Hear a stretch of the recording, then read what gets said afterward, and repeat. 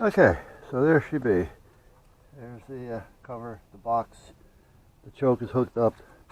Gas has been on. I turned it on a few minutes ago. Battery should be okay. Solar panel's been plugged in. That stays on. The only thing I didn't do, I don't think, oh wait a minute, I think I did. Yeah. I put a 3 amp charger regulator on the back of the solar panel so it doesn't overcharge anything. Alright, let's see. Let's see what happens here. I gotta finish this over here,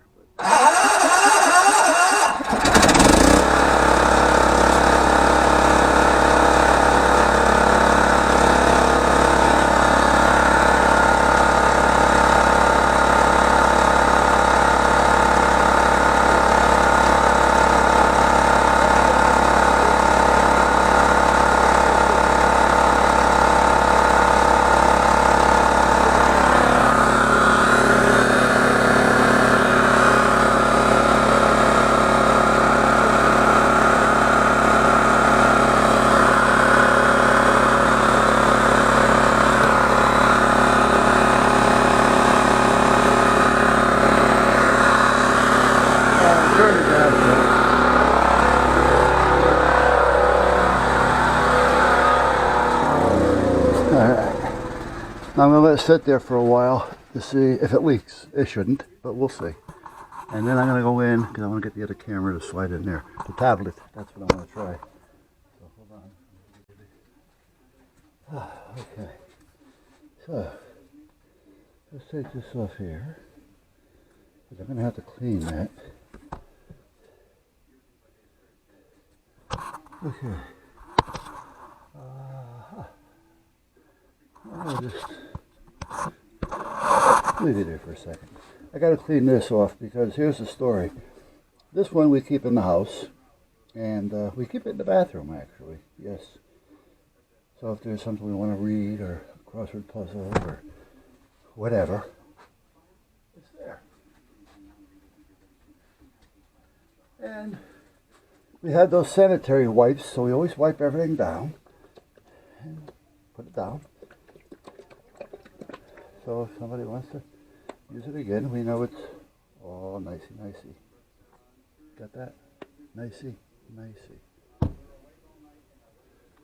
So I have another one just like it, but I can't seem to get it up and running. I did a what do you call it, a factory reset,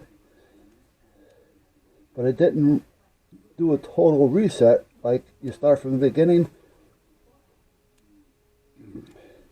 But anyway, this one, there's a crossword puzzle app in there that my wife likes. I use it occasionally, but for the most part, it's for her. I like doing the puzzles like, you know, find this so you can get through that, so you can open this door, and, you know, that type of thing. Or a little bit more challenging, in my opinion, of the real thing. Well, the real world, so to speak. Because the life is a puzzle. You like that? Huh? You like that? Life is a puzzle. So wait a minute. I wonder how that'll work there. I didn't see that. Or even there. Oh, that might be in the way. But until, let me put it there for now. Hold on. Let me find it. There it is. Let's put it right here for now, just to see. I shouldn't get in my way.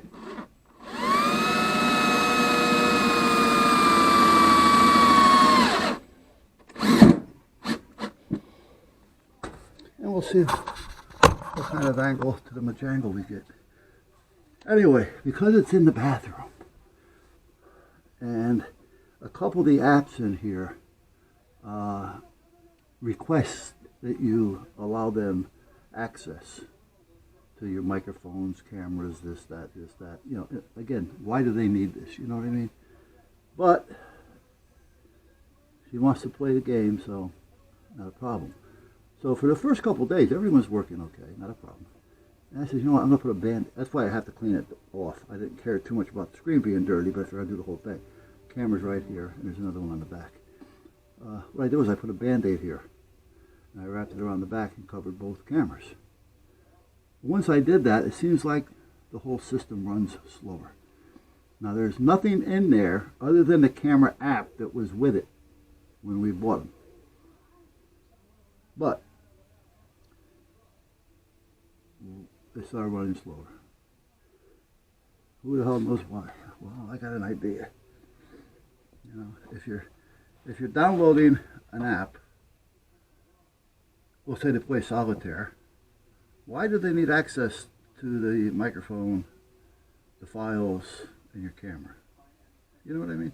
Personally, in my phone, if it wants any of that, I don't download the app. Screw it. That's all there is to it. I don't need the app bad enough to give up anything that may be given up at that point in time. I mean, it's bad enough that the phone is giving you away on everything as it is, but why make it easier? You know, we gotta let this dry for a minute. So, and it's starting to get hot. Again, it was chilly.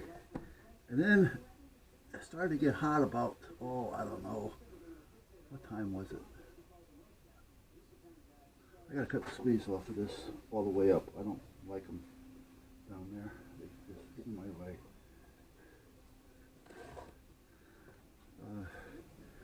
Yeah, so anyway, it started to chill down. I took a shower. It was chilling down. And I'm going to say somewhere around 7:30, 8 o'clock. So about 8 o'clock. Because Darlene came back in with the kids. And these may not do this. Yeah, okay.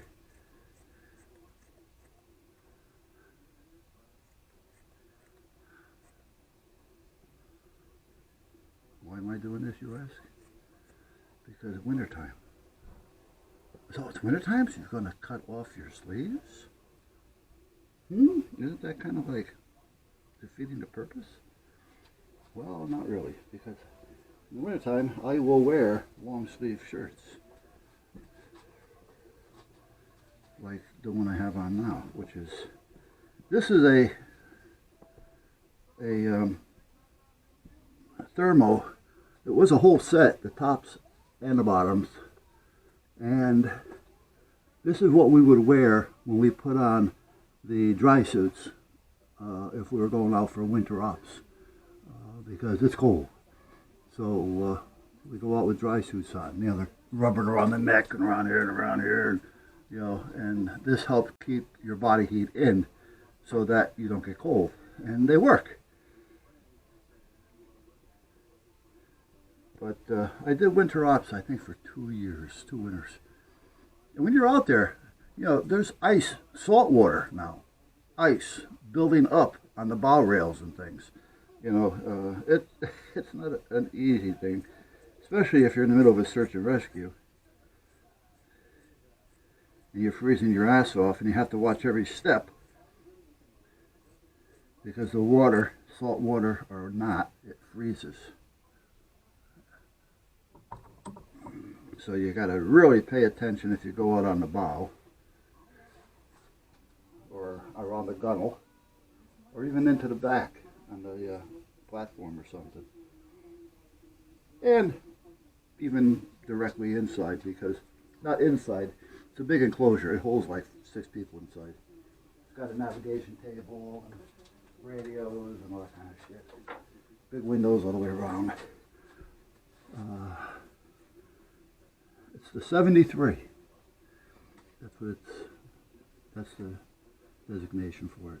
But anyway, the back side, you know, where you have your Samson post and all that, the working side of it is in the wintertime even though it's got, you know, if you fall down, you're not going to fall out of the boat, hopefully. However, you got to worry about bumping your head on the Samson post. You got to worry about shit falling on you. So you have to pay attention. And then every year, just before all this crap starts, and it gets to the point to where you're moving out of your Mustangs into the, yeah, I just said it, But anyway, uh, you put them on down at the station. You go to the end of the dock. You jump in the water. Now the only thing that's exposed is your face, so it gets a little cold, but not as cold as you would think. And then you have to tread some water. They'll have you take it and back swim or forward around and in and out of the docks back to where you started. So it'll be maybe 100, 200, 300, 400, about 500 feet, 600 feet. And then when you get back, you just got to sit there and float a little bit while they help everybody out. So, it's enjoyable. It's an experience.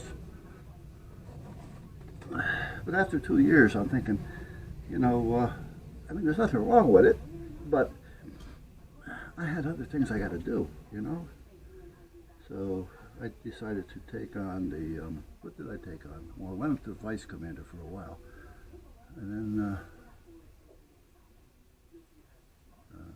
I started doing the boat safety courses, and then I kind of rounded myself around, so I had a little bit of a feel for everything. So if they needed somebody, I can say, I'll help you for a couple of days or whatever. So, but anyway, come on. No, I didn't realize I put it on that heavy. Well, apparently I did. How big? How big? And I am sitting here. Oh, let me get my coffee.